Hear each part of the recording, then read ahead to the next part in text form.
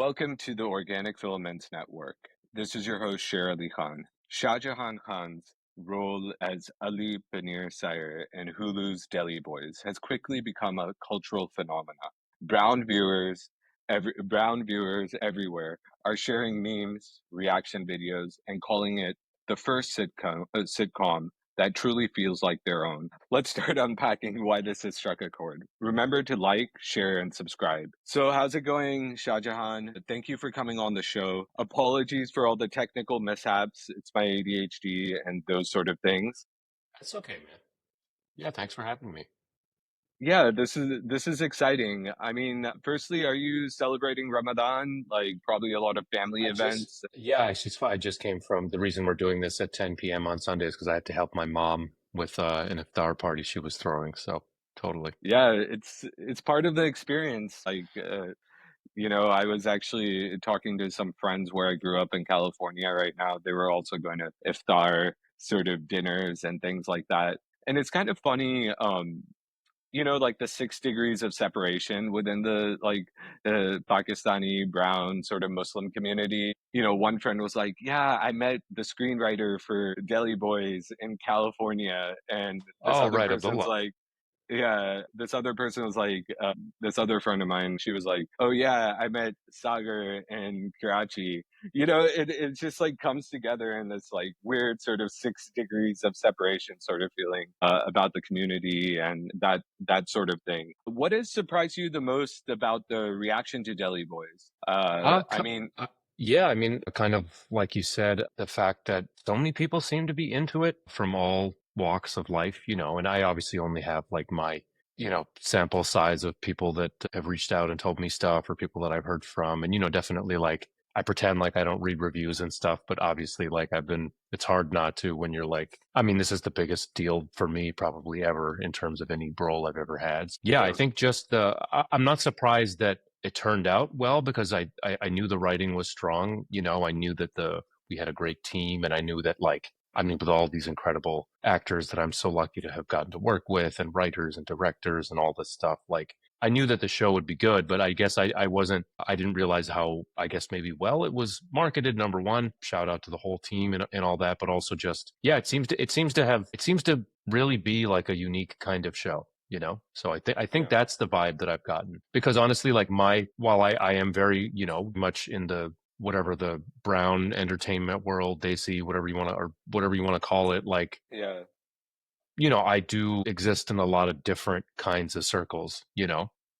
yeah, So pretty much, and I had my own, for example, well, my the community here in Boston after we had all of our premieres and stuff and at yeah. Sundance and LA and New York. Then my mom and sisters and this local really cool community organization called Subcontinental Drift. They threw like a Boston watch party. So Oh wow. we invited like we thought maybe 20 or 30 people would come. We had almost like 300 people. So, and it was Yeah. people from all, again, like all corners of my life personally, or people that have just seen the show. And then even just in the last couple of, just coming from this iftar today, or like yesterday, I went to a local play where all these like friends of my mom, they're watching it. Their kids are telling them to watch it. And so it's very So different how from. so how are they responding to some of the language and sort of Oh, the I haven't gotten provocative? any. No, it's been more of just like this is so cool for someone from our, and that's the stuff that really makes me proud is like, it's still a big, it's a big deal for, not just because we're Desi or Muslim or whatever, but like Yeah, anybody from like your community to like they think like I guess I have made it. Look, this is exactly what I wanted to do. Like yeah. I'm still very much a struggling artist in that sense, but like look, this is I did what I wanted to do, and so I in that sense I have made it. And I mean they take a lot of pride in that, and that's really cool to see. I don't know if that makes sense. Did you grow up like sort of watching, like sitcoms or Oh, of anything of that course. nature? Yeah, absolutely, man. I grew up like anybody else. I mean, a Fresh Prince of Bel-Air or Seinfeld. Another reason working with Brian George is so amazing Yeah, for me. And yeah, I mean, countless. Like TV was a huge part of my life. yeah. So it's just something Just I always wanted to. I never imagined I'd ever get to like be on TV. So it's really cool. just as someone who's followed media and sort of, just I guess like films and stuff like that in terms of like Pakistani or sitcoms, right? Because like in Britain there were like a series and there's still like a bunch of, sitcoms which still exist, which are like Citizen Khan or Mind Your Language. Their clips come on YouTube sometimes, but you can go through a spree of watching the sarcastic humor of immigrant life in that context. I think like for me it's like, this is like another addition to that, but this is like kind of unique, in that sense. Like for you, like what is unique about the story around Deli Boys when you read the script? I know you've talked about how you got your role, but I'm sort of like focusing in on the broader legacy of like where we're at as a community, trying to see how this picks up in the context of the US. Yeah, I think look, for me, fortunately, so the creator Abdullah and I are literally very, very friends before we were born kind of thing. And Yeah. I got to read the very first draft of this show way back in the day. That being, like I've said this before, I had to audition just like anybody else to, I had 3, 4 auditions or whatever to get my part as Ali. But I remember even then reading it and being like, this is just, it's just cool. Like it's Mhm. finally something cool that whether or not I get to be in it, or like I just want the thing to happen, and I'm so glad that he wrote Yeah. it. And this is 5, 6 years ago when I first read the drafts and stuff, and that feeling really hasn't left. And that's kind of like what I was really obviously Yeah. you make stuff as an actor or as a musician, and not former. I mean, I'm still a musician. Yeah. Anytime you make stuff, you're obviously like you're anxious for people to see it and receive it and all that. Yeah. But this one in particular, I just was like, I just knew that it was like something different, and I don't know if that specifically answers what you're saying, but just like there was just a feeling and a vibe around it, on the set while we were making it, and like, the way that everybody was interacting with each other, and I've been doing this for a while now. I haven't been on, it's only the last few years that I've started to like get more prominent roles and stuff.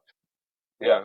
And I've been on some big sets and stuff and things like that. But I've never, and I've been fortunate to mostly have good experiences. But the vibes that we had on this show, I think the actors have spoken about this in various interviews, were just like no other. And it was almost in spite of the fact that we're all, it's like a Daisy show or whatever.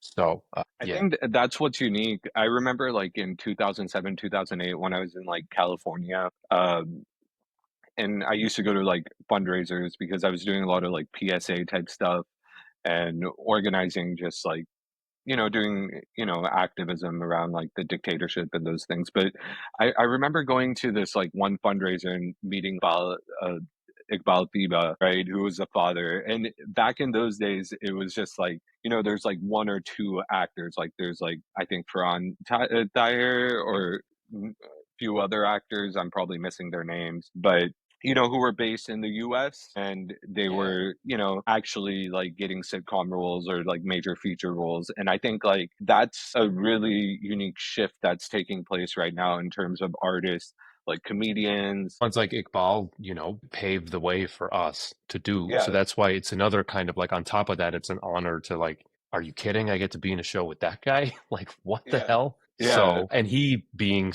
and I'm just talking about him specifically, but this extends to everybody in the cast. But like somebody like him of his, acclaim, and he's just the kindest, and he's that this show exists, and he's so like welcoming, and he's so like open, and like he's my friend now. It's Yeah. not, that's the part that's a little bit different from like, look, not that I had a great time on Succession and everything, but like I'm not friends with those guys. Like I mean, Yeah. I would be, but like I don't have their numbers and stuff, and so it was just like just a different vibe. Yeah, absolutely. I think in the show, what stands out is, their effort to, like in terms of like comedy, right? And the situational comedy, like which comes about. And, like I think the two lead characters, like Sagar and just Asif, It's okay. Asif, that, like Asif as a comedian, he's totally different in character, right? Like he's a lot more, his character over here is a little bit different from how his stand-ups sort of appear. And Sagar is just, I think Sagar's acting stood out to me the most, like within the show. I don't know. What about you? Like, just like some insights about Asif, Sagar, some of the like main cast.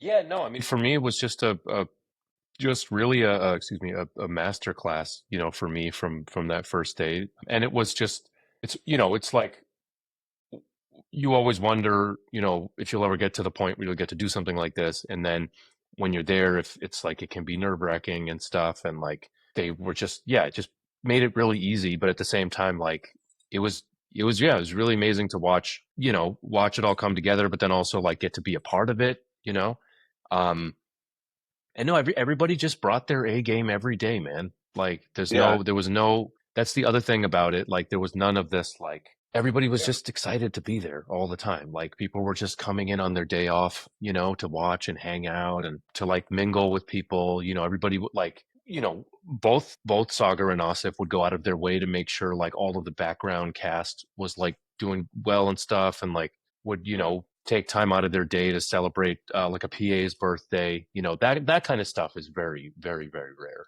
You know. yeah, and then you have like veteran actors. We obviously talked about like Iqbal Diba, but hanging Yeah, out with probably Purna. I mean, God, like Tim from Righteous Brian George. Gemstone.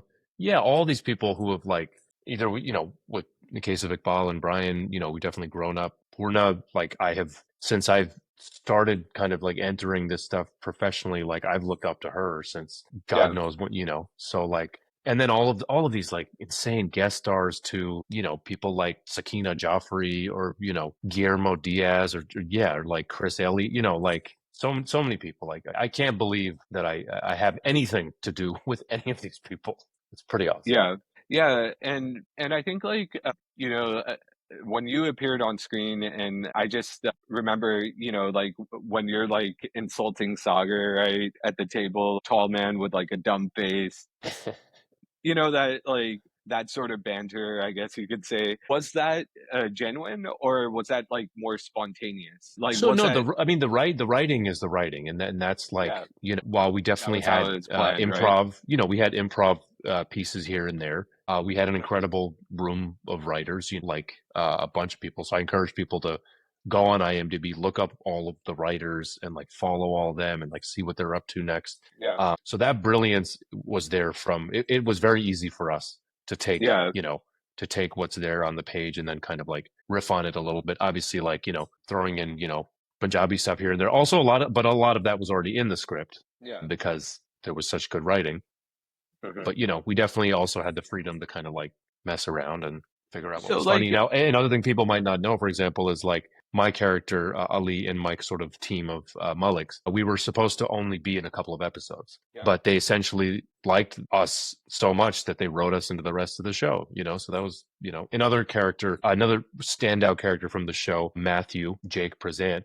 He was just supposed to be the caddy and just have like one line, but they saw something in him right away, and he obviously yeah. Jake is an amazing part of the rest of the show too. So it was really, really Yeah, yeah, it's kind of interesting. Like one thing I was, also thinking about was, just growing up in the US, right? Is, the question of code switching, right? Mhm. And, like we're always like navigating these different worlds. And for you as an actor, like going on various sets, how does that play out? And also just in terms of your own role approach to acting, how does in your mind, how does it impact the way you act, or like, or those things? I don't know, just like getting into more Sure. the Yeah, I nitty. mean, I think I understand what you're saying. So, I mean, I think like I'm coming now. I've been really pursuing this professionally since probably 2014, 2015. Hmm. So in that time, and now in the early 2000s, when my previous band, the Kominas, was kind of like coming to prominence, we were sort of at that earlier stage of all of this, kind of post 9/11 representation conversation. So I saw Yeah, that end of stuff. Now, in terms of being on sets and that kind of thing, like I'm in this weird place where I'm kind of like ethnically ambiguous. So if Yeah. you look at the roles that I've gotten recently, kind of, and I didn't realize this about myself. And maybe it's because I shaved my head, but I can kind of fit into a lot of different boxes. And I didn't, like if you different roles I've had, whether starting with Succession or like I did a Lifetime movie, or the other big role for me this year was in this action film, Aftermath. Aftermath. And now with Deli Boys, like just straight comedy, I've actually been able to occupy a lot of different spaces. And I think that in terms of your question, it depends. It's sort of a case Mhm. by case thing, like I've definitely been on sets where like I'm definitely the diverse person there. Yeah. And I'm not saying those are necessarily bad experiences, but they're different, you are, I think other folks that have spoken in interviews about whether it's Deli Boys or something else where you don't have to like it's always like a in the back of your mind. Mhm. You don't realize how much it is until you get to do something like this where the catering has two kinds of lassi, or Yeah. like they're like the costume designers, even though they were like white, they like knew more about my shalwar kameez and my sherwani stuff than I did, and I had to actually call my mom to double check some stuff because they were so good, so Yeah. like so that's it. We definitely have like come a long way. And Yeah. yeah. So just like, growing up in Boston, what was your experience like, or outside Boston, I believe?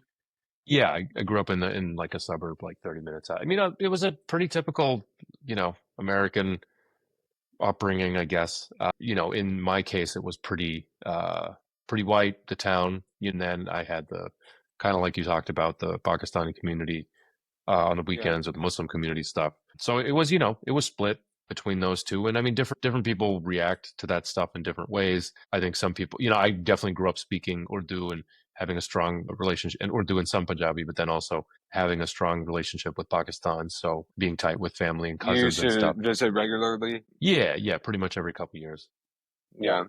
But it was, Um, yeah, that there was the very typical, like um identity Expectations and confusion. those things. Expectations, sure, but in terms of like the personal stuff, just like not, not really understanding, how to balance those two things. Yeah. Yeah, actually, like, I think that, so, like, was there any sort of interest in, like, art, performance or Yeah, arts or? absolutely. Since I was a kid, I mean, my parents are the ones that supported me through all of this. They put me in, Mhm. my mom specifically put me in piano lessons when I was 7. My parents encouraged me to do plays and stuff. And my Yeah. dad is a huge fan of music. In terms of pursuing things professionally, definitely not so crazy about it until it started working out. And then, Yeah. they were very, very proud, and they continue to be. Your transition towards acting. I know you were, like with Kominas, like it was, such a great act. I think like the album and just everything. Obviously, acting is a different sort of craft in a sense, right? But you're having to learn characters, and there's a certain like discipline required for it. Not to say that there isn't in music. Is there any like thing you've experienced on that front, like in terms of that transition? So How has it music wasn't, it's funny, influenced? it's only now that I'm, I guess, doing interviews related to acting. 'Cause for the last 20 years, it's been related to music. I've been an actor my whole life. A lot of people don't Yeah, know. I mean, I started very young. I started doing plays when I was in like sixth, seventh grade, interesting. sixth, seventh grade. Even before that, I was like the actor in my family, like making fun of all my relatives and like imitating aunties and uncles and stuff. Yeah, Acting and performing has been in my blood since I was very, very young. So in that yeah, sense, it's almost like it's a return to what I always was. So even though, and I think both of those things in tandem, acting and music, are actually pretty equally parts of who I've been. It's just that I just kind of like focused on one of them for a while. Even before Caminas, I was dropping in and out of college, but I was a theater major for a little while at UMass where we started Caminas. And even throughout all that, I would kind of dabble with it here and there. So when I kind of decided to get serious about it, and by serious, I mean just like give it a real shot. It felt very natural to like go back to it and start doing theater here in Boston, and then eventually, yeah. getting agents and stuff. Yeah, so like, just in terms of overall, like when you think about, just like theater versus sort of TV, or are you thinking about, do you think in the terms of those mediums? I know you've like dabbled in different sort of forms of performance and those things. And, like how do you approach the different mediums, obviously, when you go into a role? Yes, I mean, that's a great question. I just did my first live theater this past December in maybe 7 or 8 years. I did a little bit during the pandemic on Zoom.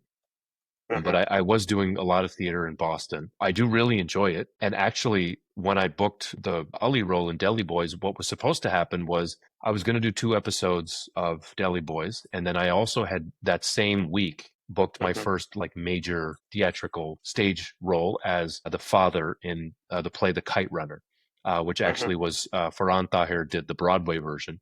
So Oh, the plan interesting. was that I was going to take over his role in the touring role around the country. So I was going to go on Oh, tour that for would have been three. awesome. Yeah, I was going to go. We were going to do 3 months of shows, and that was the plan. And then I had to say Mhm. no, which was crazy. I've never said at that point. I'd never said no to anything, and it was like one of Kite Runner was one of my favorite books.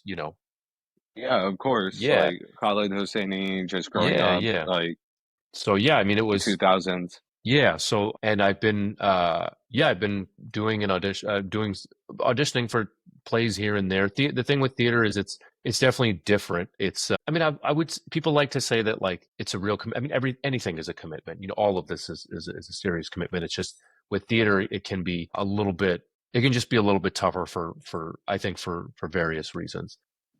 Yeah. But that being said, like I would be really interested in doing some more of that. So, because it's different in terms of like, in that sense, I feel like it's kind of like playing a set with your band because it's even though like it can be a little bit different every night, and it's kind of Yeah. like you do it all at once, and then you do it all again the next night, and it's kind of like the best part about it for me is after like after a few days of like doing the show, then you're like a well-oiled machine, and you can kind of just like find new stuff in the same lines or whatever. And Mhm. that's the stuff that I this past December actually I did A Christmas Carol here Yeah. in Massachusetts. And honestly, I took the job. I needed a job. Like it wasn't something I was super crazy about. I just was like, all right, whatever, I'll do this play. It's like a family thing or whatever. I just need some work. And Yeah. they took this really unique approach where they made the Cratchit family an Indian immigrant family from the 1800s. And it was actually one of the best times I've had in recent memory because number one, it was like one of the largest productions in the country. And Yeah. also it was just huge. It's just like a gorgeous play. And, it was packed every night because this is like the holiday show. And yeah, and that reminded me of why I got it, fell in love with this stuff in the first place. Like in seventh grade, the first play I ever did was this musical. And here I was Yeah. like doing another musical. So Yeah. yeah, man, I like all kinds of performing. So who were your sort of inspirations growing up, like acting wise and in terms of like films or, Oh, man. those Acting sort of things? wise, I mean, this will sound Macaulay Culkin in Home Alone. I wanted to be him. I definitely like Fresh Prince of Bel-Air. Every actor actually on I've that seen show. that multiple times for sure. Yeah. I'm trying to think of all of the like Nickelodeon stuff, like Pete and Pete. That was one of my favorite shows. Mhm. Trying to think of other stuff. Step by Step, Full House, definitely those sitcoms. Yeah, and then for movies, I think like American History X was one really big deal movie for me. So Edward Norton is somebody that I really, really look up to. Oh yeah. And I've always really, really Like admired. that whole 90s period is Yeah, so prolific for him. yeah, for sure. And then, eventually post whatever in the post, where brown people doing stuff era, obviously like Riz Ahmed, he's a huge inspiration. I Yeah, think he's definitely Riz. at the top of his game. I think he's like, yeah, it's definitely somebody that I've always looked Yeah, up to. I interviewed him during Reluctant Fundamentalist Oh, cool. because, Yeah.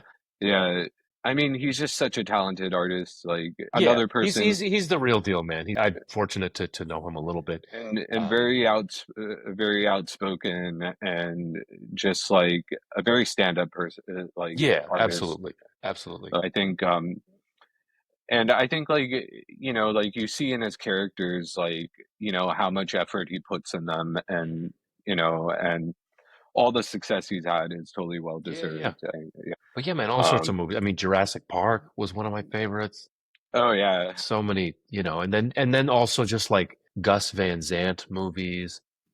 Yeah. So yeah, man, I could go on. Definitely like Bollywood movies here and there, not too much. I'm not like as well versed in Bollywood as maybe some people are, but Yeah. man, yeah, it's a lot, all sorts of stuff. Yeah, I think like Bollywood also is kind of interesting, like especially that 90s period. I wrote a lot on that. Okay. I think it was trying to project more of a global sort of ethos back then, growing Hmm. up, like Hum Aapke Hai Kaun, and then like the whole Shah Rukh Khan sort of craze and those things. Having people who could be like global figures and Hmm. in that sense. And then also, my dad was a huge fan, I should say this, of Iranian film. So Oh films wow. like The Colors of Paradise was one that, and there was in Boston. There is a sizable Irani community, and we would go every now and then to the local like Boston Irani Film Festival. So yeah, That's interesting. I think like I also believe like now because of these streaming channels, right, and digitization of film, right? And I've like researched it a bit, but the nature of how filming is done and acting is also changing, I think, like compared to when we were growing up, maybe. yeah, like theatrical big versus like the more, Yeah. yeah, totally. You're totally right. And I wonder, like what impact that has, in terms of work and just like craft. Do you see any difference or like I mean, I think there's value in both, and I think both are probably still around as far as I know. It's funny you mentioned I just started watching that show Adolescence that everybody's been talking about, and I've only seen the first episode as of this recording. But just, the yeah, whole thing of doing it in one, and I'm a nerd, so I'm obsessed with my wife was making yeah. fun of me. She's like, dude, I don't care if it's all in like one take. It's just like I'm like, no, no, no, that's like the coolest, like it's really important and it's really cool. Mhm. But yeah, the more like I think like you're saying, and look, I should say I'm not a classically trained actor, so I don't really have any. I don't know too much about like method and these things, and Yeah, I'm just kind of more of like a That's not to say that you learn on the job and you do stuff and like so I.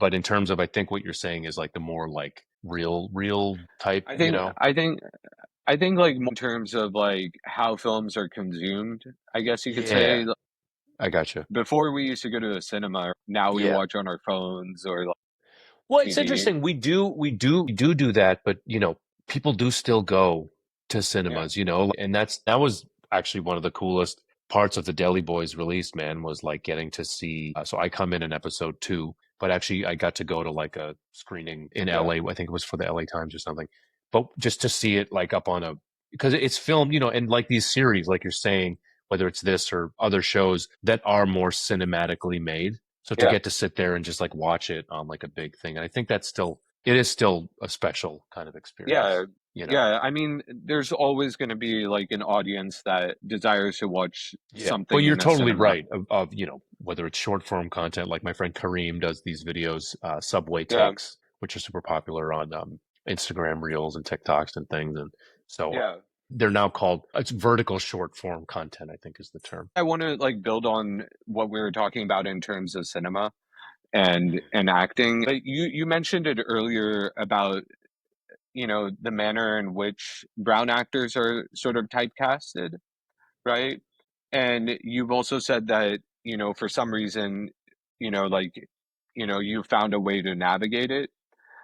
Under the current political climate, has it changed at all, or do you see it impacting sort of like roles you get or anything like that? Have you seen anything like? I mean, it's funny. The thing that's on my mind right now is my student loans, which just got Yeah, well, I just got screwed over because of what they're trying to do. So that's like at the back of my mind right now. But look, man, I hope that I think we're still going to make stuff regardless. Like yeah, that's, whether it was with my band or like with this hmm, or whoever us is like I mean now like you can't really unopen this box of creation. Like the yeah, stuff we're going to make the stuff. It's just a matter of like I guess who's going to see it, but maybe, we're going to build our own systems anyway, if the studio, so I think all that stuff is like, yeah. yeah, obviously, uh, I'm trying to answer this like somewhat intelligently.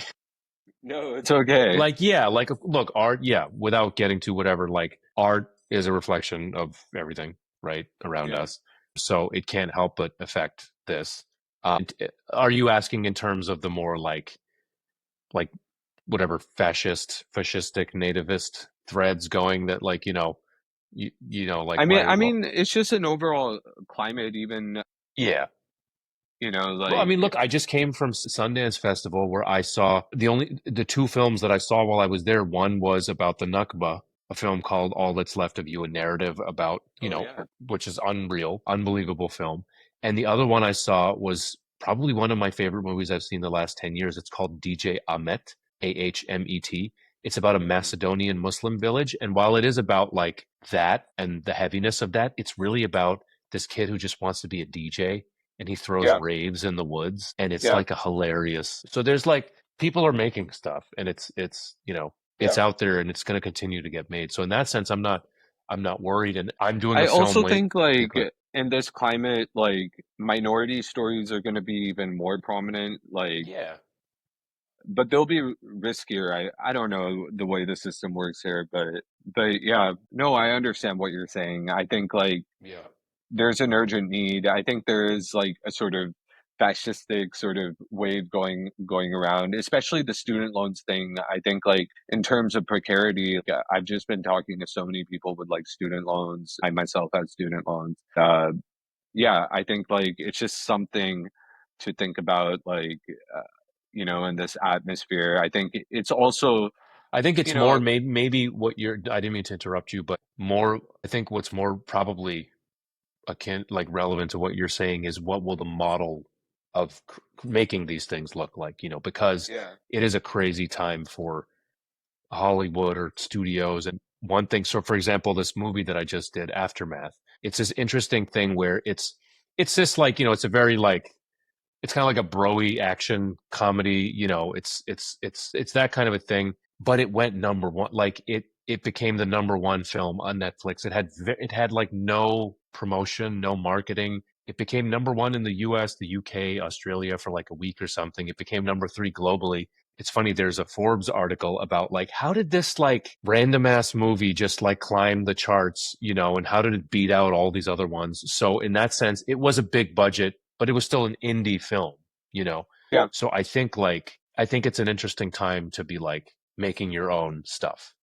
yeah. Like, I really do feel that. I feel like having, as you're saying, like, even Deli Boys to a certain extent, right, was founded by someone you knew, and Yeah. um, And it was and what, he's if you read any interview about it, it'll come up that this was Abdullah was trying to get a job as a staff writer, and this was yeah, literally his like portfolio piece. He wrote some random like not I don't want to say random, but like he basically just like went for it and just wrote like the craziest like from the heart thing, and it was yeah, just in order to get a staff writing job, and then yeah, they were like, yo, the person, Jenny Connor, who ended up like becoming his EP and a showrunner and stuff with Michelle. Michelle was a showrunner, but she was the one, and the two of them then were like, no, no, no. She was like, no, no, I think we should try to make this thing. So yeah. like, yeah, it's pretty wild. What the other thing I really respected, I'm sort of shifting gears a bit, but the other thing I really respected about you was your openness about talking about addiction, Oh yeah. just as someone who understands, like, you know, I- like, my tendency towards addiction and those things. How has sobriety allowed your creative juices to sort of develop, or your creativity to flourish? Man, it's the most important part of who I am, It's like the crux of everything rests Exactly on right. that. I'm really anywhere I am in life is because of that. It's still, excuse me, it's still look, I still go to meetings, I still am very active in recovery stuff. I'm always willing to talk to people about it. And yeah, it's Mhm. just, it's been 14 years. I do anything and everything, like that I want, but like that's in the top most priority. Yeah, I think, like, I thought you were going to ask, so like how does your sobriety impact episode 9 of Deli Boys? no, Okay, because it was that so would have it's been a little bit that, yeah, no, just because, like, I myself have dealt with certain oh, okay. issues related to addiction, and I think, like, just becoming sober has just it's allowed me to, like, listen better. It's just Oh, congrats, allowed man. I didn't me. know I didn't know we had that in common. So, like, I was, it's really difficult to openly speak about these issues because I've seen so many friends go through this. And I think like having a good support network, but also the internal battle of actually Yeah, getting out of the habit, right, is yeah, just sort of so difficult. yeah. And it looks different for different people. Look, like my thing might not work for, you know, you or, Yeah. but yeah. Was there anything like, did you like, I know you've talked about it from your perspective, but in terms of like the community or like you grew up in or just your family or anything, like, did they react at all like when you began openly speaking about these things? Yeah, I mean, my family has been my biggest support. It was definitely a rough few years. My childhood was not fun for either me or them. If you want to know more of the gory details, I actually made a whole podcast about it called King of the Yeah, World, yeah, where, yeah. and and I was very lucky to have them all on there and stuff. Um, but yeah, man, I mean, without my family, and the cool thing is, like, I think it's empowered them in the sense that, like, my mom started a mental health group, or she helped start a mental health group at the masjid. That's amazing. People from the community will, know that I'm someone that knows about this stuff. So they're, more often than not, they'll suggest Yeah. that their kids talk to me, and I'm always like, I'll talk, if they want to talk to me, I'm totally down. Like, I'm not like gonna like Yeah. narc them out or, but Yeah, no, yeah. no, that's amazing. Like, I think that, And I hope it's getting easier to talk about now. I think even in the zeitgeist, it's more common now. Like, we all know somebody that this is all of us. I think it's not a stretch to say that it impacts all of us in some way, whether directly or indirectly, however many degrees removed. So I hope it's becoming more of like a normal thing to talk about. yeah, absolutely. And I think like having that, it's not just like your health, but I think like for me it was just a mental clarity and emotional clarity that, like I don't really need to be dependent on a substance or anything like that to, have a good time. And Yeah. I think like I don't know I had this. It's. I had this really good friend. His name is Zishan, and this reminds me of about 8 years ago, before the Kominas. We were about to go on what would be one of our last tour of Europe, and that night we were at this, just sort of like, we had played a concert in New York, and we were at some party afterwards, and we're out like dancing till 4 or 5 o'clock in the morning. And my friend Zishan turns to me and he's like, "Bro, like, do you realize, like, it's just so cool that you're here with us, and you're not even like." Like, we're all drinking and stuff, and you're not. I'm like, and the coolest part to me was that, like, I hadn't even thought about it, and it had been, by that point, it had been eight, whatever, 8 years or something, that's 6 years or amazing. but like, just stuff like that. So yeah, I mean, I don't know, it was just a little tangent there, but it reminded me Yeah. of what you were saying. No, I totally, yeah, I think like that's the hardest thing, right? Like peer pressure and, sort of being in an environment where like, It just takes there's time, man. It takes time to reframe. And look, I had to take myself out, the first year or two. Like, I didn't go to stuff. I didn't go to concerts. I just went to meetings. And, but then, like, at some point, if you work on yourself, or if you're able to tackle it, like, the framework changes. Like, people ask me all the time, like, well, how do you like play in bands and like go to bars, and, or in the case of Deli Boys, like do fake drugs on screen? Like, it's just, it doesn't hold the same place, and it's not something that I can tell. Like, it just took time, man. It took years and years to get to that place where it's just not. It's not that I never think about it, but I just don't really in that way. Like, I've played the tape through enough times, but also, like, I've had so many greater experiences and understandings of myself beyond any of that. yeah. And it's like, there's a saying in recovery where it's like, you just have to give up this one thing, and then you can do a million other things. It's just one thing, and it seems like the most important thing, and it seems like you'll never be able to like do anything, but then you can do everything, and you just have to give up that one thing. Yeah. You know? So shifting into your musical projects, a little bit about what you're listening to nowadays and how, where's your like musical interest going, in terms of your work and those sort of things. Yeah, man, a great question. So the track I'm actually currently obsessed with is Aruj Aftab and Krungbin have a song together, Wow. yeah, they read. So it's a version of Aruja's song Rat Ki Rani. Aruj is also a very old, dear friend of mine. Yeah.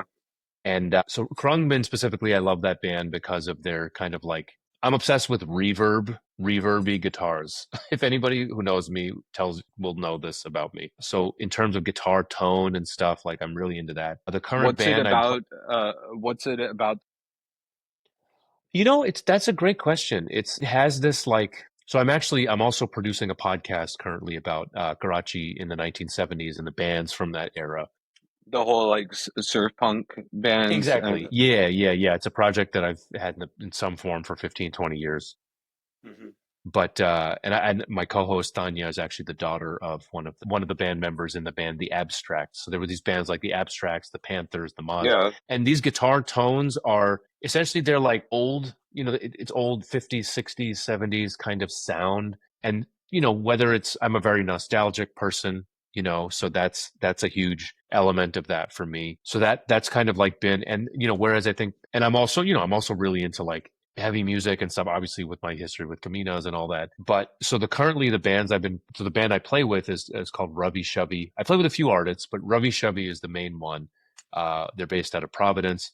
And in particular, one of the the front person of Ravi Shavi is Rafi Rashid, a Pakistani kid like me from Providence. We're just dear friends. And I joined the band 3, 4 years ago. I've known them for about 12 years now. We kind of started touring together, Ravi Shavi and Kominas back in the day. And then me and Rafe have just become like musical buddies and friends. And so we Yeah. have a bunch of other like kind of side projects.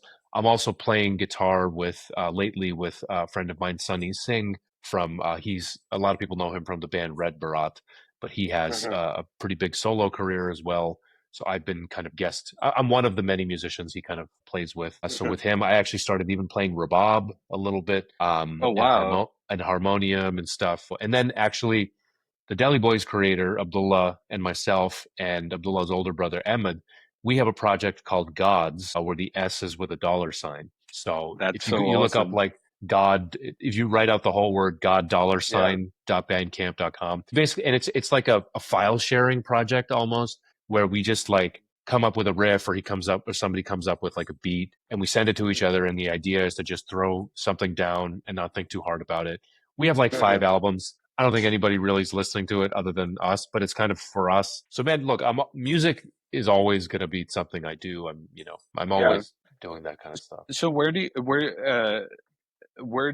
you think like sound is going nowadays? I think like we're Dude, that's entering such a good question. like a post-punk phase. I feel like that era I of mean, the 90s are de-industrialized. back, dude. Like, I think, Oh, yeah, interesting. I mean, I think, another one of my favorite records. Now, this is a few years old now, but there's this band Turnstile. Uh-huh. They have this record called Glow On, and and actually my bandmate from Kominas, Basim, has been a huge fan of Turnstile from way before. They're a Yeah. hardcore band, but this record that they put out in I want to say 2021 or 2022 uh, is just such a like riff heavy, almost like glammy thing, and it's just like, so I think music has this way of like whatever was cool 30 years ago is like kind of, like what Yeah. like young people are into or whatever. So for me, look, I'm 41. So the 90s was, when I was a kid. So like all that stuff, like Deftones and Weezer and like Smashing Pumpkins and Yeah. Pixies and these things. And like kids are into that now. I mean, also there's, look, I'm really into like Bad Bunny. I love Bad Bunny. I like Bad cumbia Bunny. music. I like all sorts of different things. So I think it's just, there are still bands and there are still musicians and groups. And I think it's just maybe the way that people consume music is a little bit different. I think that's the harder part for folks like me, maybe because I'm older now. But I don't know. I try to keep up with the youngins. Uh, Yeah. the value of an album versus like a single or like a piece of content, like in Spotify or whatever, algorithms and things like I'm sure have an impact on how we do stuff. But then people just like make their own shit. Yeah. So there's always going to be like a counter to the main thing, So that part I don't think will ever change. I think the live performance specifically is something I think that will always be there unless people really want to see holograms. Myself as a sort of tangentially another source of income for me is We'll voice. probably have both. Yeah, yeah, or like gorillas. I mean, they did that, but Another source of income for me is voiceover, right? And that's being taken over by AI very hard. I Yeah, do audiobooks and things, I and tried like the text to voiceover on this, right? And yeah, it was kind of hilarious. Like it was like my voice, but it was like white me voice, but it was like not me, like yeah. it was just like it would be like so I was trying to make this thing on this like Indian philosopher Ambedkar, and it was like I'm bad car, Oh, nice. like, I mean, and I was it'll like, probably get better soon, though, man. That's the scary part, So I don't know. yeah. I mean, yeah, yeah, yeah. It's gonna. So with Ravi Shavi, what's your tour schedule like? Are you guys We're performing working on a anytime? new album right now, and we're planning on doing a little bit of touring. It's not as heavy of a touring band as Kominas was. Yeah, And the thing, honestly, because all of the guys in that band are such prolific musicians, they all have a million other projects. So, but we do gig a lot in Providence, and I say New England. That band has Ravi Shavi's never been to the West Coast, or they've done random things like gigged in China. It's museum openings or whatever. that's awesome. So, but we want to do some tours, and I'm really excited to be on a Ravi Shavi album. I haven't yet. I've been with the band now 3 or 4 years, so I'm really looking Okay. forward to actually like sitting and recording. I haven't like Yeah. recorded an album with a band since Caminas in 2016, 17. So it's been a while. Yeah. Are you guys gonna do something together? Like Basim, you guys like Yeah, so it's Kamina? funny. So Caminas actually, we had it's hard to believe, our 20-year reunion gig this past December. And we had Holy so shit. much fun. Yeah, a friend of ours actually in the UK is restarting his label. So there's a chance that you might be hearing some stuff from Caminas soon. So That it's is amazing. That yeah. is some big news because Yeah, we've got, I think like Kominas was the first like brown band, which was like a movement, right? Like there yeah, was like Janoon or something like that, but sure. that was like a different style of music, kind of, And that was right? Pakistan, I think American, Yeah, South but Asian, sure. I mean like from the grassroots, like that sort of band, which was like Yeah.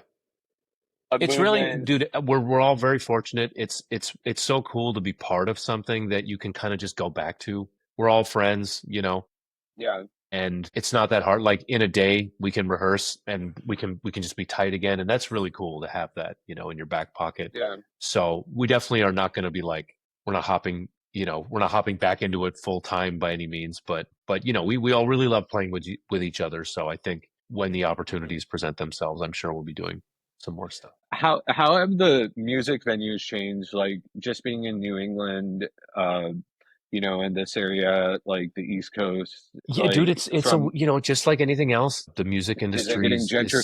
suffering yeah, for sure, dude. I mean, all small clubs have closed here and there, definitely Yeah. here. It's a similar thing is happening in Providence. Like the big companies are taking over, kind of like corporatizing things. But again, scenesters will always find their way.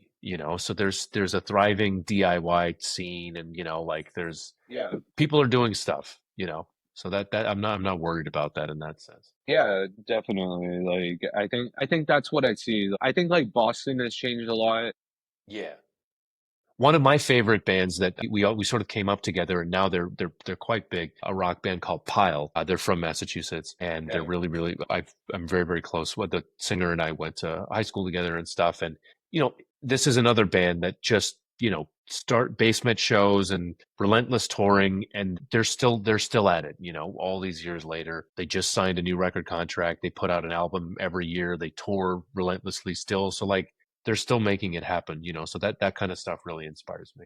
Are record companies like functioning in the same way? Are there like more So local? I've never been. Psychominas were never signed to any label or anything, so I honestly don't Oh, understand too much of the workings of that stuff. But yeah. yes, they do exist. They are signing bands are touring. I think that there are still deals. I think it's different, but But like the local record label, like as one would say, I know like Nashville had a I mean, they lot do. So and Ravi Shavi, for example, is on a small label called Almost Ready Records, almost ready. based out of Brooklyn. They're more of they don't again, they're like a indie label. But yeah, I mean, Yeah.